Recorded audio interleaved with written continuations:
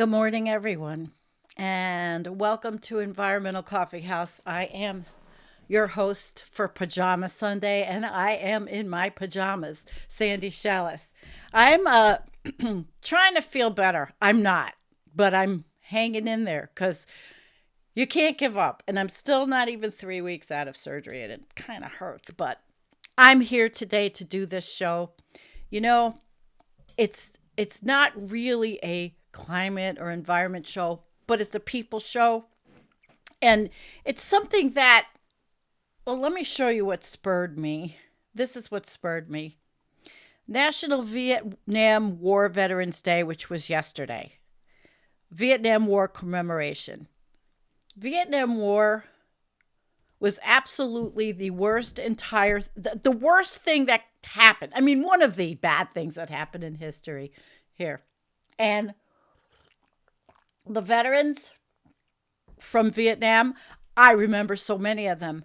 And unfortunately, MAGA captured a lot of veterans with all of this bullshit and this fake patriotism and this nationalism. And it's changing. It's really changing. So, what I wanted to do this morning, and I hope you're all up for this, because there's a PBS documentary that I watched, and I edited it to take out the copyrighted song, which I'm going to read the words to after really quickly because I can't play it. It's copyright. And I think that this morning, as you're all joining, what could be done a lot better instead of me just reading about this and talking about this is that we watch this together, okay? We watch it together and we realize MAGA is not making America great. And then I want you to keep in your mind when you watch this video, when the hell was America great? Okay? When did America treat its people and its soldiers and it's homeless and it's poor? When did America really, the United States, treat people so well? Okay, we will talk about that after we watch the documentary. Let me say good morning to several hello singing way. Hello, Saddle Tramp and Linda. Good morning, Alex. Yes, Alex, war sucks. Yep. And we have been in so many. And I used to be an American. My older brother served in the Marines and had a few duty tours of Vietnam. And I love you. Aw, hi, Sandy Wandy. Oh, Moon Man, you make me feel so good. When he calls me Sandy Wandy, it's just like I'm a kid again, and it's a good. I love all of you. I'm really glad you're joining tonight. Today, it's not tonight, but let's do this. Let's do this. It's not, like I said, I'm going into different directions. I wanted to start a political channel, but it's a lot of work when you feel like shit, and my whole place needs a lot of work. Okay. I am feeling a bit overwhelmed. It's a half an hour. Karen wants to know. It's 25 minutes. It's really good. And I'm going to show it. I want everybody to sit back. I don't care who joins. Quite frankly, I do what I want to do. And this is educational because really it's very important for me to make the context, make it mix, okay? Yeah, I hear you. I hear you, Moon Man. We're going to talk about all this. So let's sit back. I'm going to watch with you because I really think it's just a whole lot better if we watch this. It was a PBS documentary. So let's go. Let's do it. Again, I marched to the beat of my own drummer. And yesterday it just made me think about all I'm old enough to remember Vietnam and know veterans. And I feel bad for the veterans that have gotten snookered by MAGA. I really do. It hurts, But there's nothing I can do. But we're going to talk about it. So let's watch this, okay? I'm going to set it up, and I'm glad you're all joining because I think it was well done. And like I had to edit it a bit. So no, you're not too late, Otto. Welcome, Otto and Global and all of you. And Raza, it's really good to see you from the UK, sweetheart. It's just great. Let's do this. Let's do this. I'm going to watch with you. I'm going to sit back a little bit because I'm suffering. I hurt. I might look all right, but makeup does wonders, even if you're in your pajamas. All right, let's go. In the summer of 1932, at the height of the Great Depression, an impoverished army of 45,000 World War I veterans marched on Washington, D.C. They believed that if they came to Congress, that Congress would finally it's really authorize incredible. Immediate payment of bonds that they had been promised for the losses that they suffered during World War I. But Congress refused to pay the bonus, and the Army brutally drove the veterans away. It's war, the greatest concentration of fighting troops in Washington since 1865. This is the saga of the Bonus Army, and a march that changed the nation. Remember my forgotten man. You put a rifle in his hand. Forgotten, help me see, means you're forgetting me like my forgotten. Major funding for this program was provided by the Disabled American Veterans National Service Foundation. Since World War I, DAV has helped veterans recover from the wounds and scars of war. DAV, building better lives for America's disabled veterans and their families. Additional production support provided by Tawani Foundation, promoting the ideal of the citizen soldier at the Pritzker Military Library, Chicago, Illinois, and by the Humanities Council of Washington, D.C. America was not prepared when it entered World War I in 1917. Fighting the Germans required young American men by the millions, and the only way to get them was through conscription. The American Army, for the first time in its history, will be composed of a majority of conscripted troops.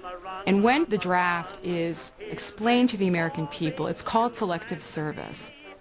Some men were selected to fight, others to work in needed defense industries, or as farmers. So it's a different conception of military service as work, as opposed to just simply a civic duty. The first American troops arrived in France in June of 1917. In just 18 months, nearly 100,000 lost their lives. 200,000 more were wounded or gassed. Also, over there, were hundreds of thousands of African American soldiers. Barred from combat with American units, many fought courageously under the French flag. For the first time, many of these people experienced what it was like to be treated as fully human beings by white people. When the armistice was signed on November 11, 1918, most of the Americans that had served would never be the same. As the first waves of troops returned from Europe, the nation turned out to honor them with parades. But veterans quickly realized the high price they had paid. Let's say a guy didn't go to war, stayed home, worked in an arms factory. He would probably get maybe 10 times as much as a soldier would. Soldier in combat was getting about a buck and a quarter a day. Soon after the war, veterans began to argue that soldiers should be compensated for the wages they lost while serving their country. They very carefully used the terms adjusted compensation to be clear that what they are asking for is not a bonus, they are asking for back wages that are due to them. It was the detractors who called it a bonus.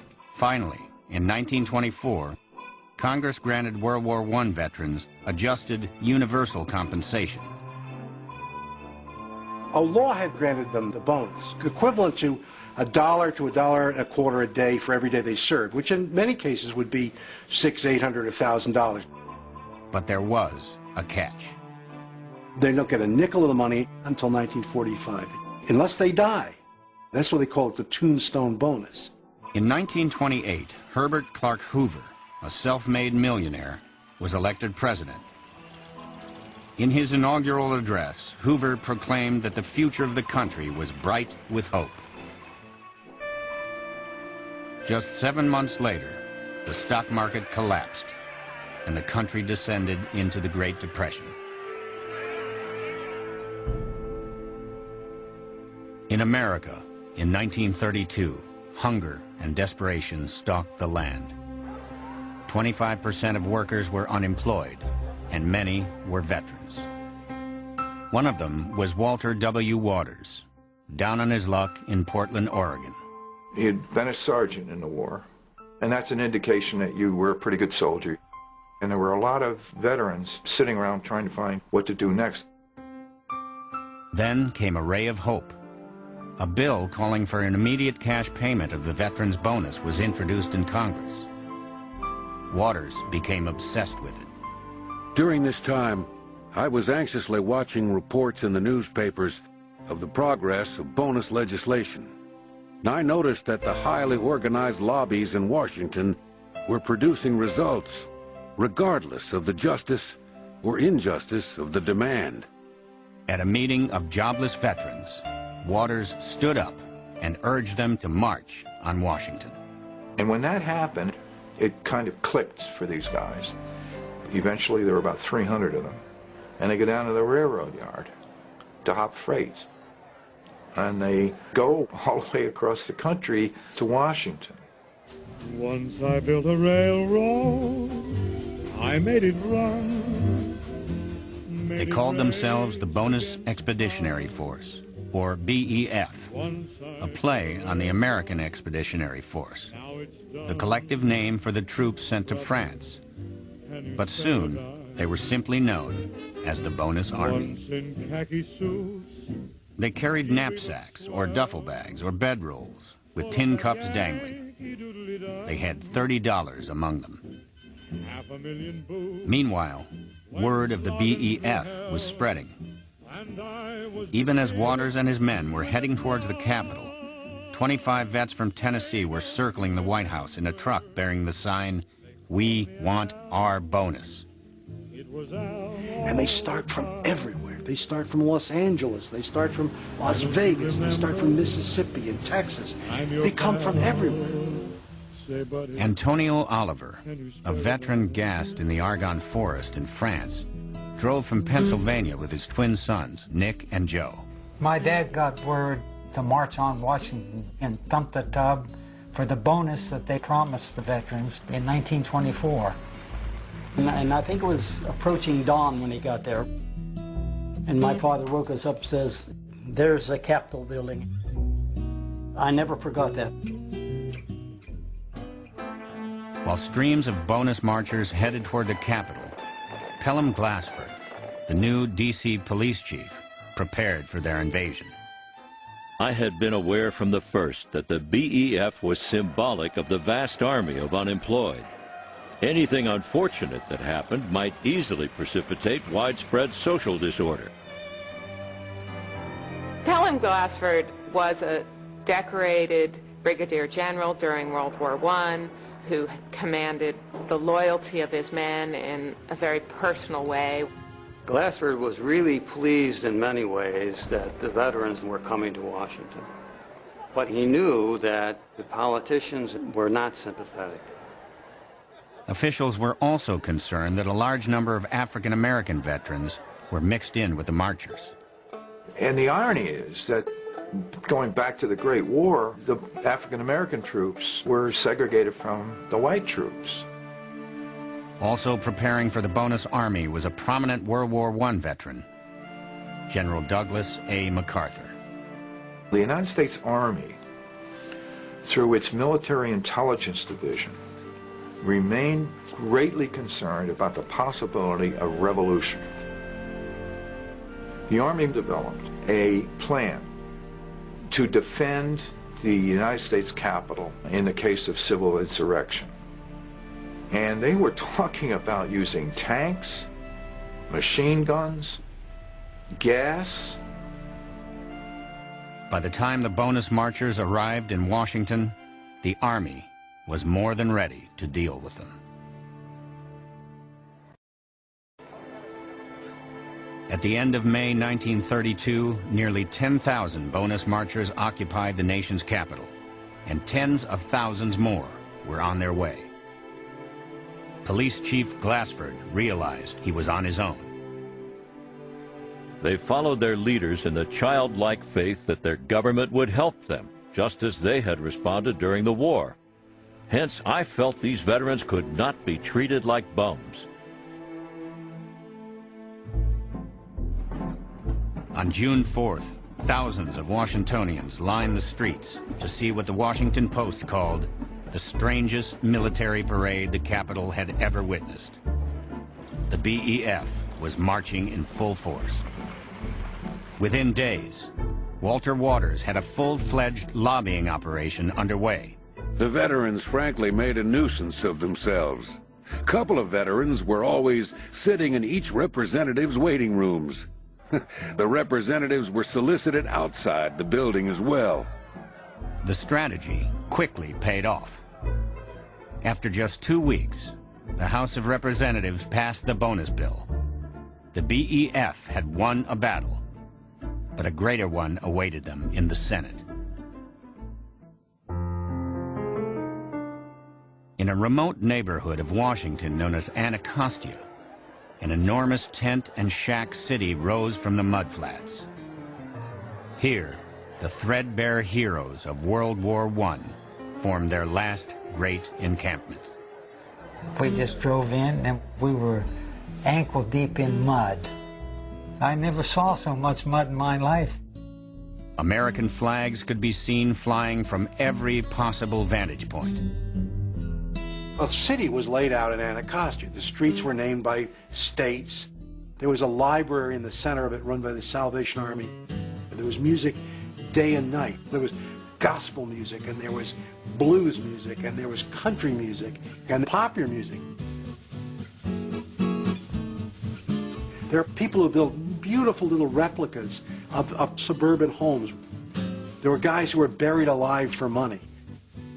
I well remember the veteran laying in a casket saying, hey, they treat us like we were dead people. A popular form of entertainment in the camp was boxing. I was the best boxer. I was. We boxed. He'd pass the hat. My dad would get a little irate if we didn't really punch each other out. Then he'd throw up both of our arms. It was always a draw, always a draw, always a draw. People across the country sympathized with the bonus marchers' plight. But to official Washington, they were just a sign of trouble on the horizon.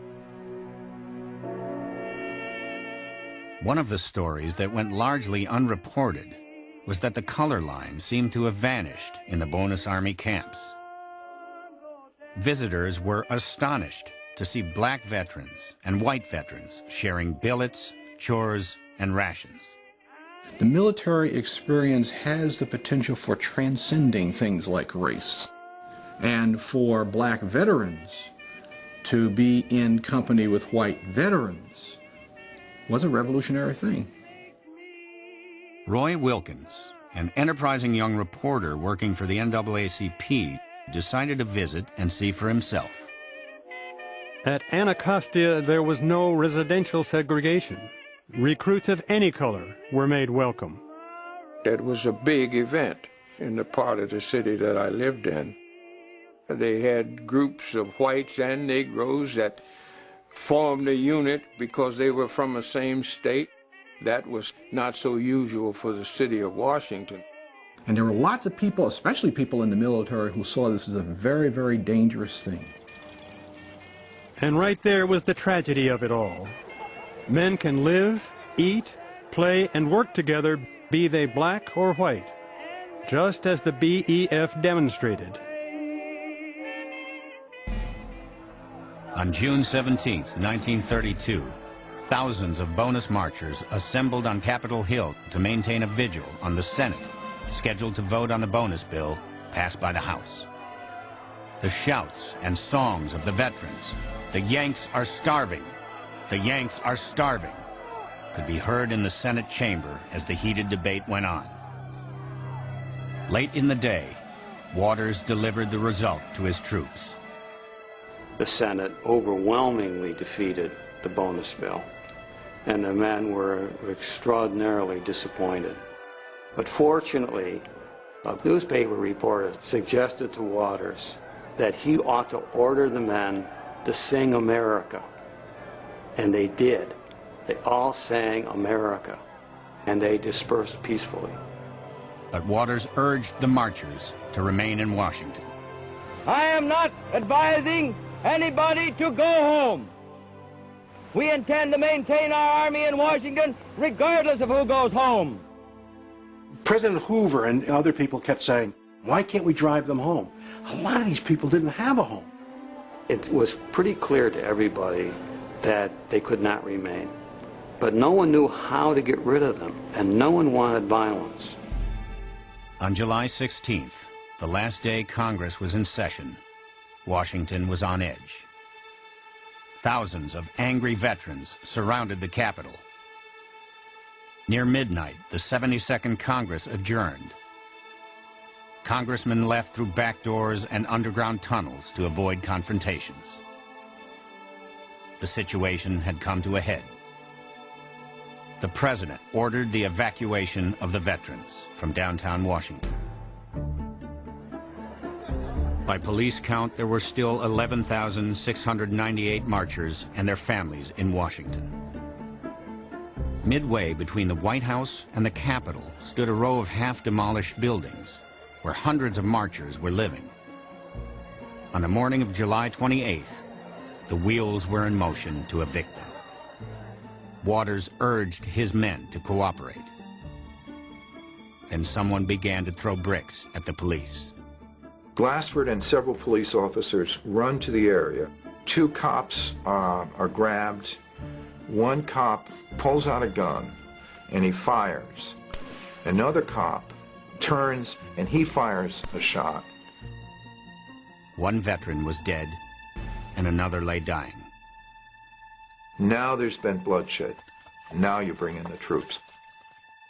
When MacArthur moved his troops to the affected area, he knew exactly what he was going to do. And he adorned himself in his dress uniform along with his major aide, Dwight D. Eisenhower. The force stepped off at 4:30 p.m. More than 200 cavalrymen spread out across Constitution and Pennsylvania avenues. Behind them came 400 infantrymen, followed up by tanks and armored vehicles. I was about 7 years old at the time, and the troops were out on Pennsylvania Avenue. I was scared, and my dad kept saying, nothing's going to happen. The cavalrymen, one of whom is Major Patton, have got their sabers out. The soldiers donned gas masks and without warning began hurling gas grenades at the veterans. The troops advanced, some jabbing with bayonets. Tear gas was just burning my face. I was trailing behind my dad, and he kept hollering, "Come on, boy, come on, boy." Marchers were choking from the gas, just like the battlefields in France. And so they're being forced out of their shacks by smoke bombs and tear gas, hurled by the troops who have been called out by the President of the United States. Chief Glassford stood by helplessly. The veterans did not believe the country for which they had fought would ignore the plight into which the Depression had placed them. Many did not believe that United States troops would take the field against them. By early evening, most of the marchers had been driven across a drawbridge that led to their main camp. The president does not want MacArthur to cross the bridge, and MacArthur disregards the order. Eisenhower later says that he saw this happen. MacArthur says, "I cannot bother with pieces of paper during a military operation." And so he crosses the bridge. All through the camp were scenes of panic. My dad says, let's get the hell out of here. The soldiers are going to kill us. Then troops began to set fire to their wooden shacks. One reporter wrote, "The blaze was so big it lit the whole sky. A nightmare come to life." The president looked out a window of the White House in the direction of the fire, then retired for the night. And the roaring flames sound the death knell to the fantastic bonus army that ends so disastrously in the shadow of the capital of the United States of America. The morning after the bonus rout, public sentiment took a dramatic turn against Herbert Hoover. He argued that this was a communist revolution, and there wasn't one bit of evidence to prove it. If the expulsion needed a human face, it came in the person of Joe Angelo, whose story was published across the nation. Joe Angelo gets the Distinguished Service Cross for saving Patton's life on the battlefield. The next morning, Angelo comes to the burned-out field to see Patton. And Patton says, "Take this man away. I don't want to see this man." Walter Waters quickly faded into obscurity. The BEF was broken up. The men returned to some city or other, there to roam the streets, hopelessly seeking work or to shuffle in bread lines. There they remain, crying examples not of the need for the bonus, but of the need for a new American system. On November 8th, 1932, Americans, desperate for change, elected Franklin Delano Roosevelt president. The first thing that Roosevelt does, he produces something called the Economy Act. The big victims are veterans, disabled veterans. Still, the veterans kept returning to Washington each year. FDR knows that he cannot use force against the veterans. He also knows he doesn't want them in Washington, D.C. Many of the men were sent to work in rehabilitation camps in the Florida Keys. On September 2nd, 1935, the most powerful hurricane ever to hit the Western Hemisphere hits in the Upper Keys where these guys are located. Several hundred of them are killed. The government attempted to suppress the news. But one of the first rescue boats to get in carried the renowned writer Ernest Hemingway. In an angry piece, he wrote, "The veterans in those camps were practically murdered." When the public finally learned the truth, opposition to paying the bonus began to vanish. In 1936, war clouds were gathering again in Europe. Once again, the bonus bill is brought up. It is vetoed again by President Roosevelt, but this time there's enough power in the House and Senate to override the veto. The bonus bill becomes law, and veterans' tab on World War I is paid in full. Some 4 million veterans were overjoyed. So the story comes to an end. These guys get their money, their lives change. My dad come in the house with 7 $100 bills, and we thought, oh, is that what the bonus is? You know, we didn't know what a bonus was, you know, it's money. After all that time. On December 7th, 1941, Pearl Harbor was attacked, and a new generation was called to serve. During the Second World War, Roosevelt admits World War I veterans' arguments. He will say that soldiers now serving in our army will have to be compensated for the opportunities they've missed. What emerged was the landmark piece of legislation known as the GI Bill of Rights, signed into law in June of 1944. It put millions of people into housing, put millions of people in college, put millions of people into small businesses, and it changed America. The legacy of the Bonus Army can be seen in all the marches on Washington that have followed. And American soldiers returning from war today expect the government to keep its promises. The bonus march was a very visible lesson to political leaders that they did need to do something to respond to the individual needs of Americans. It tells us about the determination of people to make sure that veterans are recognized for the service that they render to the nation. In my later years, I understood what it meant. It meant freedom to demonstrate, and it showed America was a free, working democracy.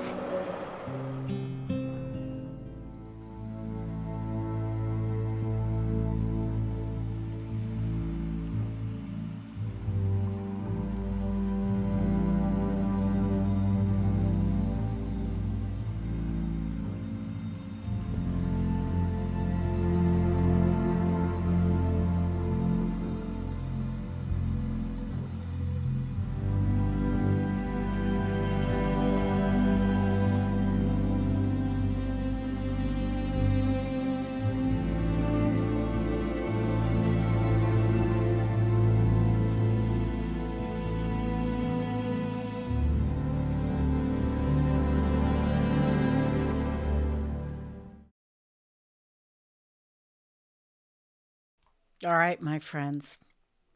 So there you have the history that I could never have done like PBS did it.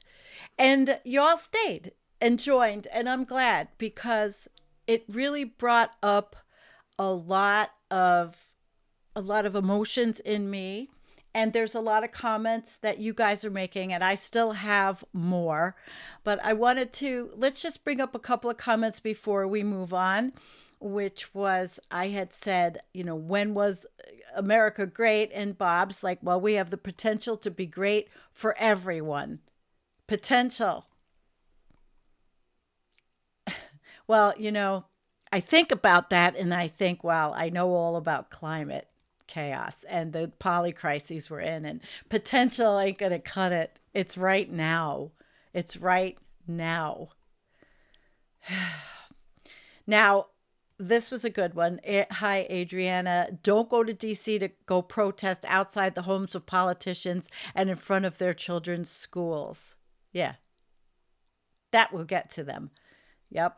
And Otto had said during it that class war, Hoover voted or signed off on Smoot-Hawley, bad act, basically tariffs, and caused devastating issues with the economy and made the Depression worse. So we're foreshadowing, we're looking at some of the history that you can then think about what's going on today.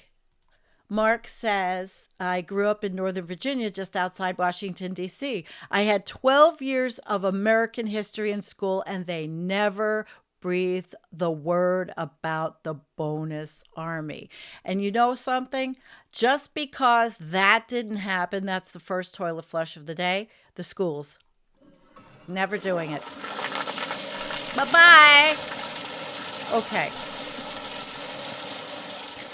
And now our schools are going to get even worse because they, in Doge and in the orange turd administration, are going to get rid of the Department of Education run by such a bastion of intelligence, Linda McMahon. We are a crazy country, but I'm going to read this really quickly. And I want you to just listen, because it's very mellow this morning. It's rainy here.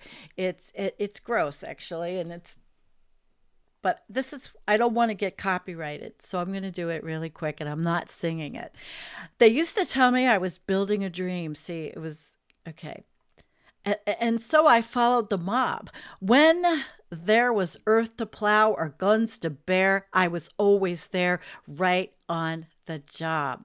They used to tell me I was building a dream with peace and glory ahead. Why should I be standing in line just for bread? Once I built a railroad, I made it run, made it race against time. Once I built a railroad, now it's done. Brother, can you spare a dime? Once I built a tower, up to the sun, brick and rivet and lime. Once I built a tower, now it's done. Brother, can you spare a dime? Once in khaki suits, gee, we look swell, full of that Yankee doodly dumb. 500,000 boots went slogging through hell, and I was the kid with the drum. Say, don't you remember? They called me Al. It was Al at the time. Why don't you remember? I'm your pal. Say, buddy, can you spare a dime? Once in khaki suits, oh gee, we look swell. Full of that Yankee Doodle Dum. 500,000 boots went slogging through hell, and I was that kid with the drum. Oh, say, don't you remember? They called me Al. It was Al at the time. Say, don't you remember? I'm your pal. Buddy, can't you spare a dime? So that was the song in response at the time, and it went all over the country and actually went all over the world as people saw the horrible way that the United States treated the World War I veterans when they did not compensate them, and there was a depression, and these guys exactly did what they do. You know, our country is founded on militarism, imperialism, bloodshed, and unfortunately, well, military, yes, it's voluntary now. But if there is enough upset and there is military action needed, they're going to have conscription. They'll have a draft in this country because people are not going to want to volunteer. I don't know. I have to talk to more veterans, but who's going to want to volunteer where we are now? I don't know. And thank you, Nadia. Eisenhower, Patton, MacArthur, all famous USA World War II generals, were involved in smashing the bonus army. Franco-American genocide against Vietnam, high estimates of 2 million are low. I hear Vietnamese say plus 12 million plus. Could be. And thank you, Jay Saddletramp. Participate April 5th, hands off. In fact, yes, we do have, well, I was going to show it later, but let me show you. Okay, this is the one I have. There's many. Mass mobilizations, hands off. I'm going to one. I'm not talking about it. I'm just going. And it will be something. I hope. You know, there's another one we're going to do here, and it is the Canadian, and I'm going to tell you what it is. From the Peace Bridge to Prescott, America, raise your Canadian flags high. It's April 26th, and I am saying this one publicly where I'm going to be. Support U.S.-Canada economic and personal ties. We live on the border, but we're not divided. So we're hoping to get a lot of people to come to this for Canada and solidarity. It's extremely upsetting that this is all happening. Yes, it really is. So I also wanted to address this comment. Bee's knees, when you go to April 5th protests, don't take your phone. I'm going to talk about this. I made a quick short on not having cell phones that are GPS, that you can be tracked at all. It's not paranoia. And I'm going to do something about burner phones. I'm just not sure I can do it Tuesday. I need somebody. I have somebody, but I don't know if it's going to get done before then. But there is, you know, you go, I went out the other day and I looked in the dollar store actually, and they have burner phones, and I don't think you have to give ID. It doesn't matter. I'm not hiding from anything. None of us. We're not doing anything with criminal intent. But this is an administration that is quite different than what we're used to in our recent lives. Yes, there's a lot of criticism to go around. We definitely all know that. Yeah. See, I understand that. I don't think I can afford it either, but just shut it off. And if you want to take pictures, I'm going to bring my other camera if I want to. And I'm putting for at least for the one on April 5th, I'm putting my hair up and I'm going to look like not me. I mean, I'll just look like a person. I don't think I need to be running around any more than I do online, honestly. I don't know what'll happen. I'm not going to be negative though. I think it's going to be here. The local things are going to be a little bit different than the big stuff. And I'm not going to DC. I used to go to DC. I mean, I went to DC for Iraq 1, Iraq 2. I protested climate marches. I used to do it. I can't drive it and do it. I'm not doing it. I'm doing the local stuff. There's a lot now. Yeah, I know. We're all very public. We are. It is. It is. But, okay. So now we're going to move on. And I'm really, really happy that there's so many of you here with me. We're going to move on because I want to go through a couple of articles that I have. But I'm not actually going to read. I'm just going to tie it all together. So, this is just part of how we do the show on Sunday. We move to the other screen. All right. All right. Here we go. I got a whole bunch of crap. And the first thing I'm going to show you as you are conversing and doing, and hi, Looney Tunes. Looney Tunes is here moderating. That's awesome. Wonderful. So this is the Zinn Education Project. And they have some really good information on their websites, on that website, historical information. So, of course, I'm not, but this was the one I read before I watched the documentaries.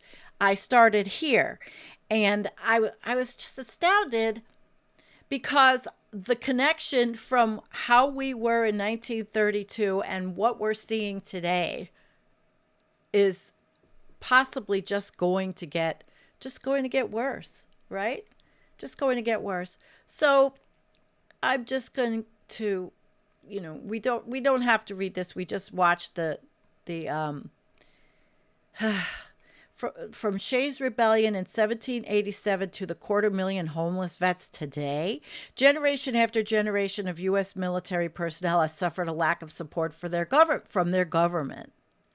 And so what I want to say about that is, notice how most of course, the wealthiest people in our country, the billionaire class that all is sitting in this administration now, I wonder if any of their kids are veterans or have served. I don't know. I haven't had the time to look any of that up, but there's 13, how many billionaires are sitting in the administration? And so it's typically billed as it's a way to get your benefits now, okay, or it was to get your benefits because it appeals to people that may not have any economic opportunity, all right? But yet there's a lot of people that are in, like Tulsi Gabbard, she served, but she's a National Guard. She didn't serve in active duty. I don't know what she's seen, but she's not in, she's what, the Director of National Intelligence? I don't have all the names in front of me.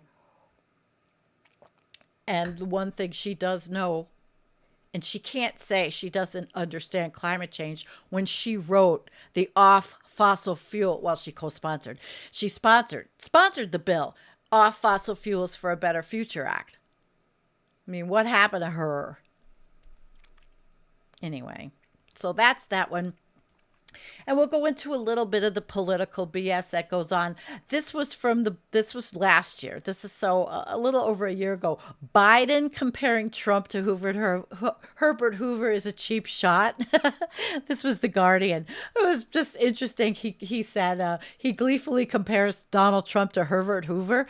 What are we seeing? Really, actually, there was one here. He was a mining engineer. And there was one thing I wanted to read. Yeah, Biden, who had already compared Trump to Hoover, seized on Trump's remarks, saying in a social media video, he doesn't want to be Herbert Hoover. He has to understand he's already Herbert Hoover. He's the only president who lost jobs during his term. Now, when you look at, take collapse out of your head and pretend right now we're just not looking at the overall picture, or the big picture. The stock market crashed Friday. There are hundreds and thousands of jobs, but they're doing it on purpose, right? On purpose. And I'm not Miss I love Joe Biden at all. I just think it was a good quote. It was a good quote. And so we're going to move on, and we'll move on here. Now, this is more current, and it just gives you this awful feeling. Trump administration plans to cut 80,000 employees from Veterans Affairs. That's a lot of employees. That's a lot of employees. And the Department of Veterans Affairs, they're going to gut it. So they're doing the same thing they're doing with Social Security and all these other layoffs. They will gut these organizations. And like Nicholas had said on Friday night, when I was talking to Nick Humphrey, he had said they might keep the budget lines open. They'll have budget lines, but no people. So they won't expend the budget lines because Congress could authorize these things, but that doesn't mean they'll be staffed. So everything's crazy. And veterans, people I know, some Iraq veterans, people are starting to really become distraught. Could something like what happened for the bonus army happen again? Or is it too far gone in that in the military strength, are people just defeated? Are they not going to fight? If I was younger and more and healthier, I'd be out there because I did it. You know, my whole life I went to things. I tried. I maybe didn't do a lot during my working years. Yeah, I went to DC for Iraq protests. So anti-war protests. I don't know if I told my boss. I took the buses from Buffalo with all of the college students, and it didn't matter who I was. You know, nobody knew. I mean, who was I? I just had a job over in research administration. So. But I was still the person who I am. Injustice is injustice.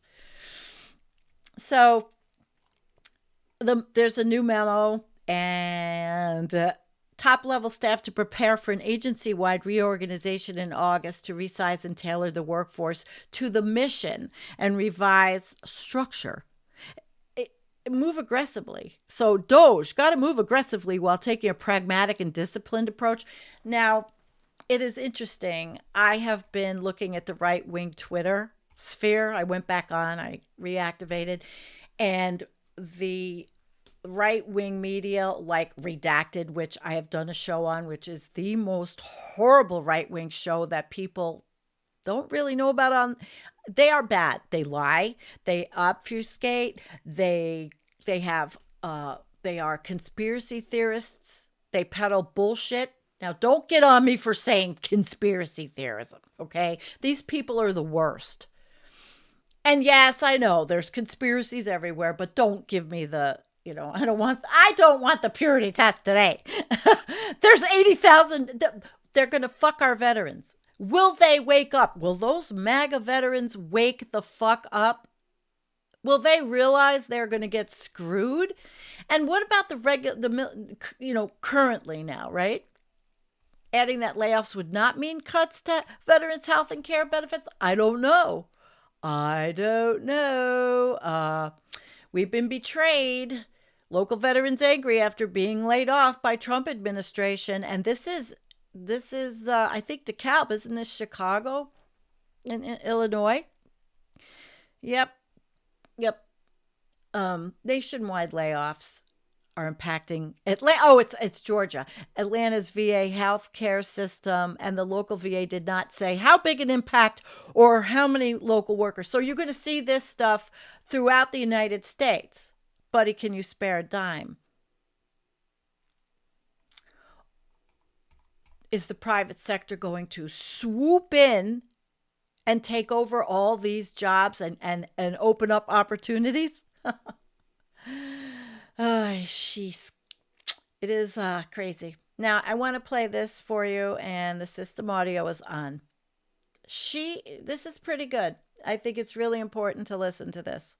I represent one of the highest proportion of veterans in active duty military in the country, and I find it deeply offensive that my colleagues would not support a simple amendment that would protect you can hear this, right? Our veterans. And to sit here and claim today that what the administration is doing has not impacted veterans is completely a lie.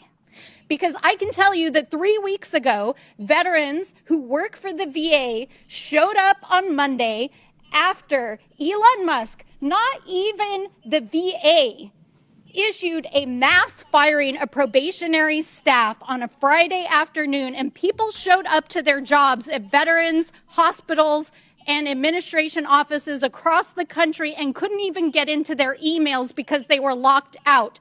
But inside of those emails were actual statements saying that they had underperformed and they were being fired basically without cause. Now already... So this is the same lie that's being told not just to veterans that are being laid off, but to all of these different, the science community. They're getting laid off, and they're also wonderful performance. And I know about performance plans and wonderful, great, and all that. And they're being told in these letters, this is what we would, this is lawsuit material. I mean, in a normal, which we are not, I don't even know how to put, we're in the twilight zone of the entry to fascism and to authoritarianism. Okay. And it's just insane. Do they wake up? Do people wake up to this? Is it happening? The federal court system has found that those firings were illegal. So you can't sit here today and pretend like the actions of the administration have not impacted our veterans and the VA system, because that is a lie. That is a bold-faced lie. Secondly, last week, before we went home, the Republicans passed a CR that underfunded the PACT Act. We passed the PACT Act a couple of years ago to expand health care to the VA system to 3 million veterans who are impacted by burn pits, Agent Orange, and other toxic... Shades of 1932, just different, but the same. Over the course of their service. This was the largest expansion of VA benefits since World War II. And you underfunded it in your own continuing resolution. And I'm sorry, if you were actually holding town halls and actually listening to your constituents, you would know that our veterans across the country are pissed as hell. You are not representing the interests of our veterans. Third, under the auspices of your DEI order, thousands of veterans who have proudly served this country had their history erased from DOD websites. Last week, New Mexico's Navajo code talkers who helped us win World War II were erased from the DOD website. How fucked up is that? This is happening at AI speed. I mean, seriously, every bit of the United States government is being hit. Today, I just chose veterans because of yesterday being the Vietnam Veteran Memorial Day, you know, and I have a heart. Even though I have, you know, the asshole, a lot of them have turned MAGA. Like Tuskegee Airmen, thousands of instances of people of color, women, LGBT service members who proudly gave their lives and served this country were erased from the DOD website. And finally, you want to talk about impacts to veterans? You know what we should be actually doing oversight over today? How about the fact that the DOD secretary leaked a Yemeni war plan yesterday to a non-classified journalist on an unsecured text chain? Let's do real oversight here. You want to talk about risks to our veterans? These are the same people that accidentally fired nuclear scientists and engineers who literally maintain our stockpile. These are the same people who leaked classified documents to a journalist. And this is the same DOD who on Friday almost gave our classified war plans for China to Elon Musk. So don't sit here and pretend like you're actually protecting our veterans and you're not even doing your most basic oversight. Good for her. Good for her. I thought that was really good. And Stansberry, I believe, where's her name is Stansberry. Yeah, she was very good. There are a lot of people that are percolating up. And I don't want to look at this as a Democrat versus Republican thing. I would love to see the right wing be able to, some of these people, be able to escape. But it's so sad. And when you talk to certain people, and this is firsthand, they're watching the media that brainwashes them. Now look, left wing, lefties, whatever, all these different channels, there's a lot out there. And you have to be careful, of course, what you consume. But it's really hard for me to look at some of these people. You saw during Signalgate, which is still happening, how they jumped through hoops to lie. Every single one of them. And they didn't care if they were on television, like Pete Heck said, he's a joke. But let me get back to veterans, because we could go into all of the news. Just go to one of the news aggregating services. But this was a good one too, and this is really going to explode, I believe. I was at Barnes & Noble's with my 2 children, 4 and 10, and my husband, and I received a text from my coworker, and he said, "Have you seen the email?" I walked back into the bookstore, and I told my husband, and I told my children, only pick out one book. One book. I enlisted at 17 in the United States Air Force, and after my service, I went to work for FEMA. Received an excellent annual review. January 12th, I actually received a promotion. In my department, there were 4 probationary employees, and only the 3 veterans were the ones terminated. It feels like veterans are being personally attacked by Elon Musk. We live in rural Alabama, very red state. I tried to speak to Katie Britt and Coach Tommy Tuberville, and they couldn't make time for me. They are actively avoiding facing the situation that they have created for veterans. My son offered to stop going to Taekwondo. That's his little extracurricular. And I said, honey, I'm literally donating my plasma to pay for groceries. So I grew up believing in the American dream. Serve honorably, and your country will have your back the way you had theirs. And I don't think that Trump, from his place of privilege, or Elon Musk, from his wholly un-American sentiments, has any inkling what the American dream really actually means to the average person. And honestly, I do not know how we are going to make it, and I am so scared for my children. Okay, so, and by the way, the audio is something, I have millions of controls, but sometimes the audio is just what it is. Anyway, so I have another article I want to go quickly through. Now, Mary Trump is the niece, okay, of the turd. And she is a psychologist. I do like Mary Trump. I find her to be reasonable when she analyzes. She's the closest to the family, and she understands. She grew up seeing all this front seat. So I found this in actually Mary Trump explains Donald Trump's contempt for veterans. And I have to call, the orange turd. It's just, anyway, I'm not going to play it, but Mary Trump, she's been outspoken. And this is the big thing, though.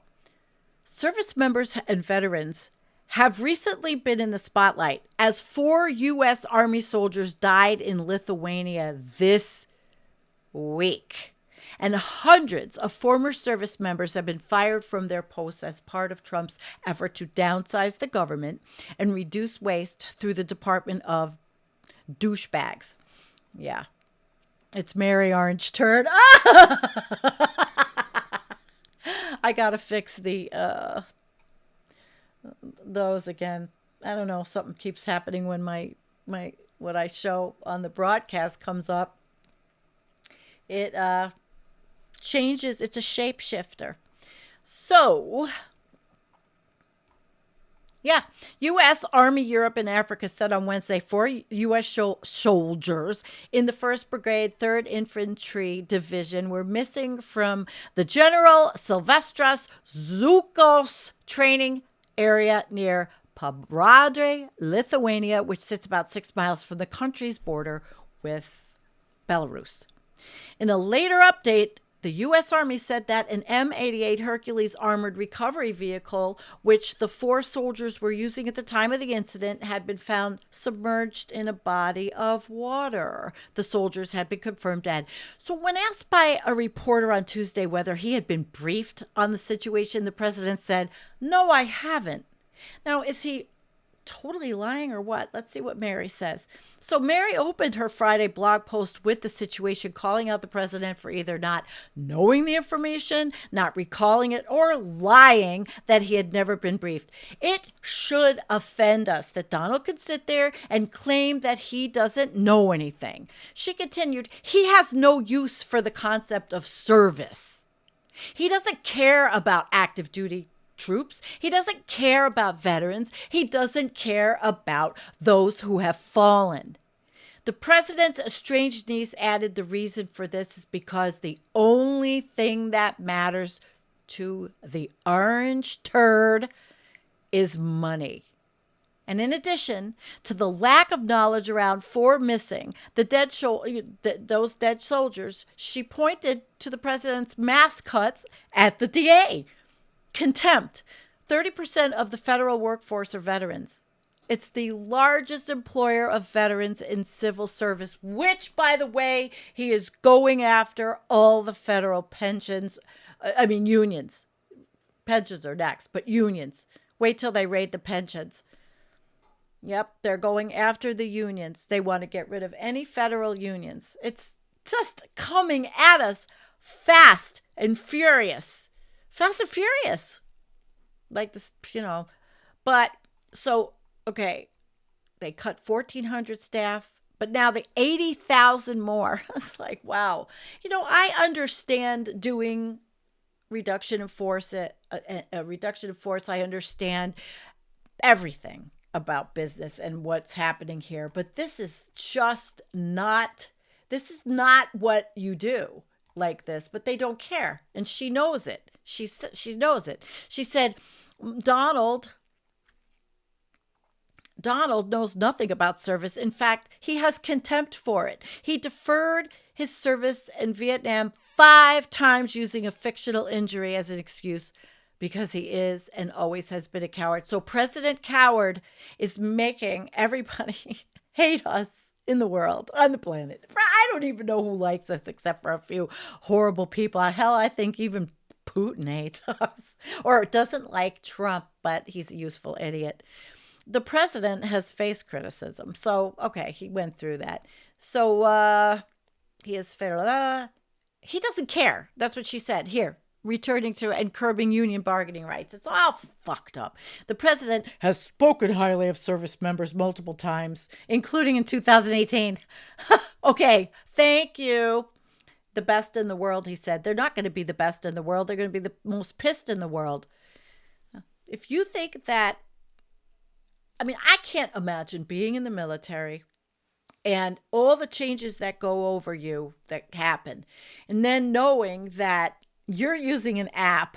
Let's say, you're just a Air Force guy and you're writing to your family and you're using the same app that the highest ranking national intelligence people. Okay. So Lithuania greatly values the staunch partnership with the U.S. and deeply appreciates the U.S. military presence in our country. People of Lithuania are heartbroken. So it's just really a lot of the veterans in Congress are talking out. Duckworth, Captur, I think that's how you call her. Pete Kasperitz, sorry. Oh, that's really bad. We will not be eliminating any benefits to veterans or VA beneficiaries. There will be no negative health impact to VA healthcare. Okay, that's what he said. So that's a little bit encapsulating about Mary Trump. But I don't know. Just like Social Security, which is doing a reorg, and it's just like insane. As my former business person I am, it's just insane to see how they're doing this stealth speed without making mistakes. Military, Social Security. Yeah, we're going to take some of your stuff. We're going to chit chat about you, and then we're going to go. Military veterans are becoming the face of Trump's government cuts and Democrats' resistance. Like I showed you. We try to look at things like this. Now, you can't look at this not through the lens of politics. So you have to say, okay, this is where we are and what we want and where we are. I mean, we hate the military-industrial complex. Who loves that? Is Doge looking at that? No. They're not going to make cuts there because we are a militaristic, vicious, hostile nation. Now we're more hostile than ever to our own allies. And it is getting worse. We are not safe in America, in the United States. We are not safe, and we are going to get increasingly more unsafe. And not because of what the preppers tell you, okay? Not because of the climate crisis, which of course we're not safe from anyway. We're just not safe because of these bumbling bunch of fucking morons that really are corrupt. I mean, it really is corruption. I cannot imagine anything I did professionally. We got audited every year. It could have been different. I just can't imagine it, but I guess I'm going to have to, right? So I'm one of those shocked, bewildered, whatever, but I'm not. I'm not, because I knew what Project 2025 was about. So this is the article. They're becoming the face because they're waking up. Maybe all these biker MAGA idiots will wake up when shit starts to affect them. Or will some of their racism just be just too strong? And that's another thing I have experience with is bikers. Harley riders, whatever, clubs, the whole 9 yards. And there's a lot of racism involved. I'm not saying everyone at all. But I've been around it, and so these MAGA people, a lot of them, and I hate to say this, but they really are driven by racism in some segments. And some segments are just driven by being a cult member and believing things and thinking things like Trump, the orange turd, is going to save all of the children from the trafficking. All of the children from trafficking. And we know that that's not happening. It's just because he won't release the Epstein files, which I think are a stupid diversion anyway, because there's just so much coming. So if you want to go down the rabbit hole of the Epstein files, have at it, but I'm not, because like I've said before on this channel, we know that they're a bunch of scumbags and the wealthy people, they were all been through many decades of seeing all this shit and understanding it. It's like, wow. So Blumenthal on Monday announced a series of so-called shadow hearings by Senate Democrats to spotlight how veterans are being impacted. He invited VA Secretary Doug Fascist to the first meeting next week, though Cabinet Secretary is under no compulsion to attend and is unlikely to appear in an unofficial proceeding. Yeah, it's because it's Hoover's administration. There you go. So now this is the kicker here. Most veterans voted for Trump last year, nearly 6 in 10, according to AP VoteCast, a nationwide survey of more than 120,000 voters. Yet congressional Republicans are standing in support of Trump's goals, even as they encounter fierce pushback in their home districts. So we know, we've been seeing that on the news. If all of us are probably YouTube consumers of certain various political and environmental people, creators of our choice. There's a lot of, I think, excellent people, but again, I tell you to always be careful and always be cautious. Misinformation and disinformation floats all over, okay? They're unhealthy turds floating at the top of the bowl, and there's a lot of it. Yeah. That's the misinformation and disinformation flush. 2 today. All right. So what's going to happen? Do your job, Jake Carey, a military veteran, yelled at Republican Chuck Edwards at a town hall in North Carolina. Do your job. So I don't have to go on. It's little things that are happening. And this is where I got the Elon Musk axe falls on veterans. I felt my 20 years of service meant nothing. A battle is brewing as former military personnel, venerated in the U.S. and often disabled, lose their jobs and even health care in Elon Musk's war. So this is from March 29th. This is yesterday, last night. So last night this came out, and I want to look for the specific, none of this looks good to me, said Christopher Sweeney, 49, a former soldier and independent voter who had just joined the protest. I don't think it's an intelligent way of going about the sorts of things the administration wants to do. So he works at a hospital. He's worried about fellow veterans losing benefits under DOGE. So people are starting to wake up. Now, where was this? This was, I believe, she was writing, the author is in Decatur, Alabama. But this is late yesterday.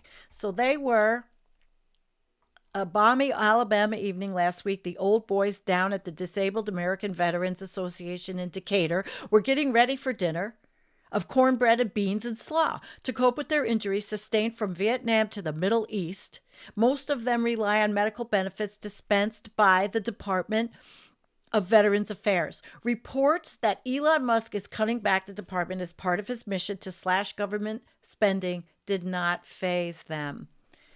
Nor did the fact that thousands of veterans have already been fired from federal government. And now this guy says, Trump is the best president we've had for a long time. If this affects you or your family members, you have a different view. If it doesn't affect you, I'd say you'd be all for it. Critics of the cuts say that they will be affecting all veterans, Republican and Democrat alike. A 20-minute drive away, by the side of a motorway, another group of former soldiers was demonstrating. So this is what has to happen. And I think all summer, with all of these things, I think all summer people are going to be out in the streets. Even, older people, veterans, disabled. People are going to be out in the streets in their communities. You don't have to travel because everything's being set up in all kinds of different towns, even small towns. And if this doesn't get a few people in Huntsville, Alabama, attracting horns of support, and of course the insults and middle fingers and all that, but that happened. During the 2016 election, every time when we did a lot of little things around here where I live, in these small towns with our Bernie signs and all, and then maybe there was 10 of us, but I went, and we got the same thing. You get the same thing. But these days, it's a little bit different than 2016, considering now people are much more violent. And they feel they can get away with violent things because the January 6th people, which was an insurrection and was not taken care of by the military, it happened, they're all pardoned. They're exonerated. So the hypocrisy is just amazing. It really is. The Affairs of Veterans, a group that tends to back Republicans, whatever reason why. It's a crucial voting bloc, and they are fast emerging as a charged political battleground. Since Second World War, eligible veterans have been given preference when applying for government jobs. Today, they make up about a third of federal employees. Well, say bye to that because that's DEI, which is another whole, I talk about that all the time, DEI. The Trump administration has declared war on preferential hiring practices in the government, calling for a restoration of merit-based opportunity. So, thing was, we hired the best qualified applicant.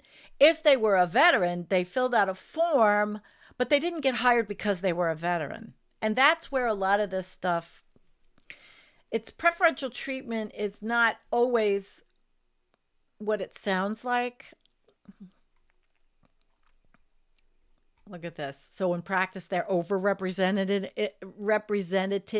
represented in government jobs. Veterans have disproportionately been affected by the cuts. So they're really getting screwed. And so will a lot of us that live here. One social worker at the VA, a veteran who asked not to be identified, the ongoing cuts as systemic destruction, which left them unable to help veterans in need. So we all know. So this was the latest last night from a local paper. That's what I have. And I think that's all I have, except I wanted to show you the Vote Vets website. And Vote Vets elevates the voices of veterans and military families through progressive legislation, policies, and electoral endorsements that impact the lives of service members, veterans, and the country. So there's a lot of organizations out there, and I don't know what's going to happen. I am not, like I said, in this country.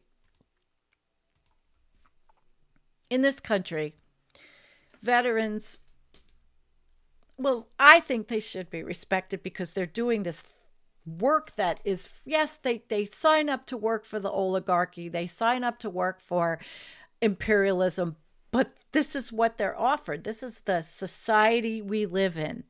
If we lived in a different society, if we could build a society like a utopia society, but that is not realistic, it'll never happen. We will go extinct waiting for it. Okay? We will. All right, I want to do some comments, but let me. Okay, I will say hi and make sure that these are not in terrible shape and that you can read them. Hello, Alabama, home to a female Kermit the Frog sounding like government. Looney, I really appreciate you. I want to say thank you really quickly also to two other people that are so nice. Thanks for your courage, truth, and energy. I don't have any energy. I've been so sick. I've been going through a flare. I have no energy, but I got to get my things done. I'm sick. I'm not feeling well all the time. And I want to say one thing. I appreciate people that care. And But I did get a little miffed at somebody who, I know what's good for me. And if, I appreciate well wishes, but I don't appreciate people trolling me. And this person said, well, are you the same weight as you were in high school? And are you eating this way or that way? And blah. I'm like, okay, listen, this is not what this is about. And usually because I'm a small channel, I ignore people, but I was like, fuck you. All right. Oh, thank you, Sandy. Thanks for the broadcast today. And now a moment to reflect. I found there is only one way to look thin. Hang out with fat people. And what was I just talking about? Somebody who asked me if I was the same goddamn weight as I was in high school. Like, what does that really fucking matter, at this point in life? And that's like, can I even remember high school? No, I remember high school, and that's what started this whole thing. Now, don't forget what Peter Kelmus said. This is not America. This is U.S., the U.S. of fascism. We are not stopping, Mr. Holman said on Monday during an appearance on Fox and Friends. I don't care what the judges thinks. I don't care what the left thinks we're coming. Peter left. I think he's out. He probably has lost his job by now. He was with Jet Propulsion in NASA. Yeah. All right. I think that's everything oh, wait, people, here's one more. People are starting to protest. These kinds of things are being put up by artists all over every city. Subways, cars, they're making these kind of graphics and they're putting them up. So people are getting back and doing things that are protest. They're forms of protest. Civil, nonviolent, civil disobedience. There's so many different things you can do. Just got to be careful. Because as Alex says, fascists are no fun. And that is what we are seeing. Hence, if I'm good enough, feeling good enough Tuesday night, we can go over the burner phones and the talk about all that and see what might be the cheapest. I know a lot of us can't afford jack shit. I know I've got a lot of things coming up, but I appreciate what everybody here does and what people on Buy Me a Coffee do. I don't earn a lot. It's donations. I appreciate it. Oh, and I fixed the mistake I made with the donation from the fires to the animal shelter. I made our donation for the fire animals to Pasadena, Texas by accident, but I fixed it. They sent it back and it's going to Pasadena, California, the animal shelter that still is caring for animals that were burn victims still to this day. It's just taken me a long time. So anyway, so I want to thank you guys for being with me. I do appreciate it. It was a long show. I didn't expect, but Sundays, it seems to be my favorite day. And what can I say? But I made it. I haven't been feeling good. Like I said, I hope I can do this Tuesday night. I need to. I did outside yard work this week. I did things, but I just don't feel great. That's what flares are. I'm sure some of you understand what autoimmune flares are. A lot of us have these illnesses, and that's a whole different issue. Let's just respect, and this is what started me, was seeing this yesterday and then doing some research and realizing that it's a system we're in.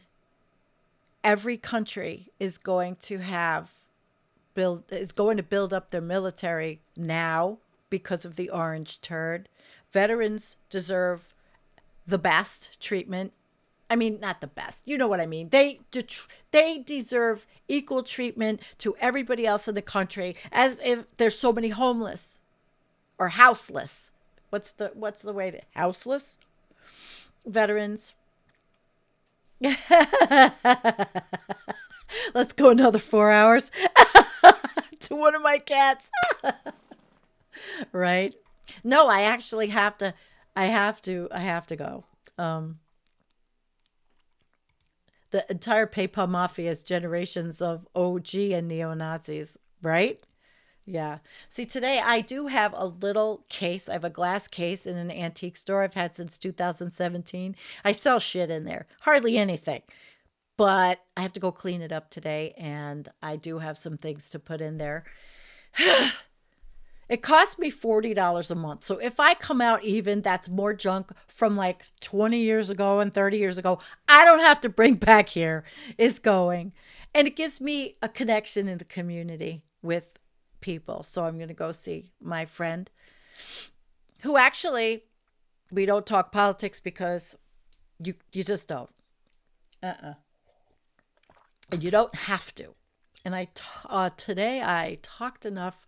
Did we get another person? Oh my gosh, this is like overwhelmingly awesome. Let me see.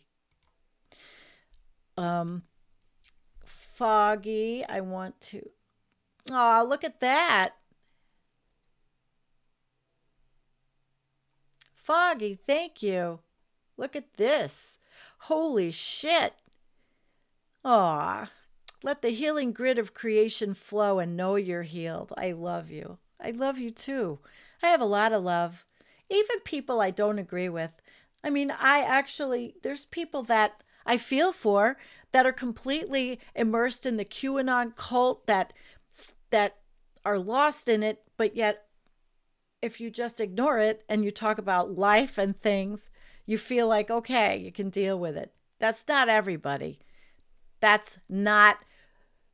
not talking about violent, hateful people. I'm just talking about certain type of butterflies you come in contact with in life that just fell into something because of misinformation and disinformation.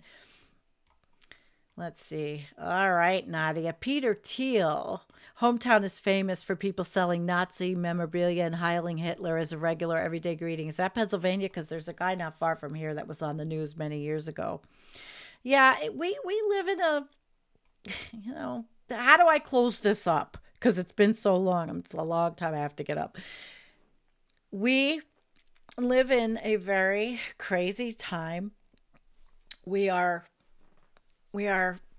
destroying ourselves by leaps and bounds in a climate crisis that is out of control, to overshoot of everything on the planet. I mean, overshooting resources, overshooting population.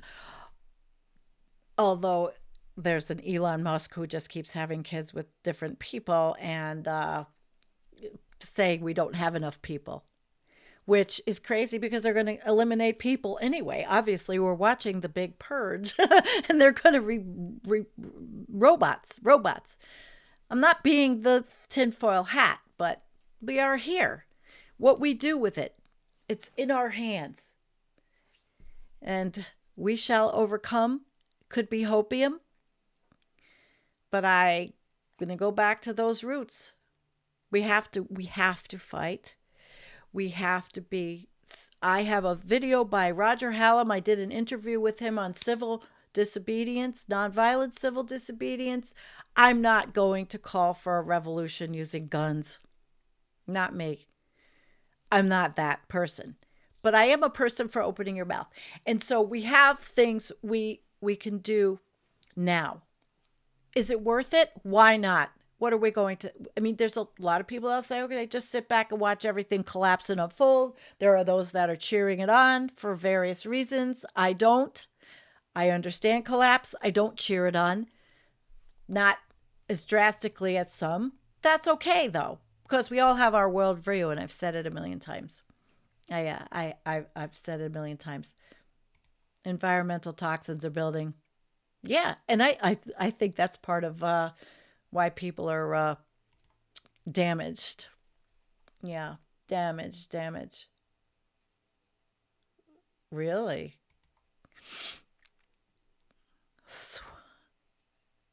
Where they Heil Hitler is day-to-day greeting? Oh my God. Yeah, makes you want to stay home and never go off the property, which is what I do anyway. All right. Because, I'm not going to sit here and go, oh, my God, that could be my neighbor.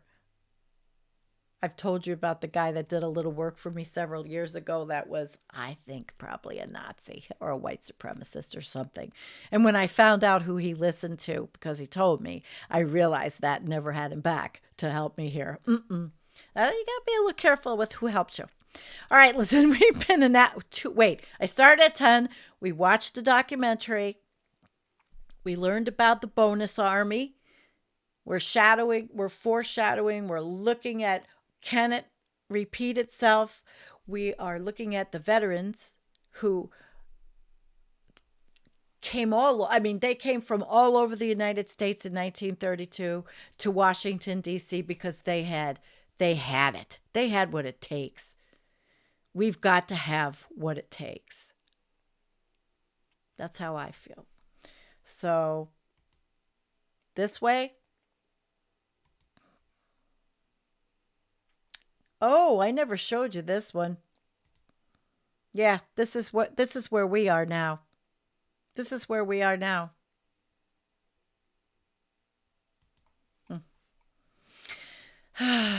Flush Peter Thiel. Flush Peter Thiel.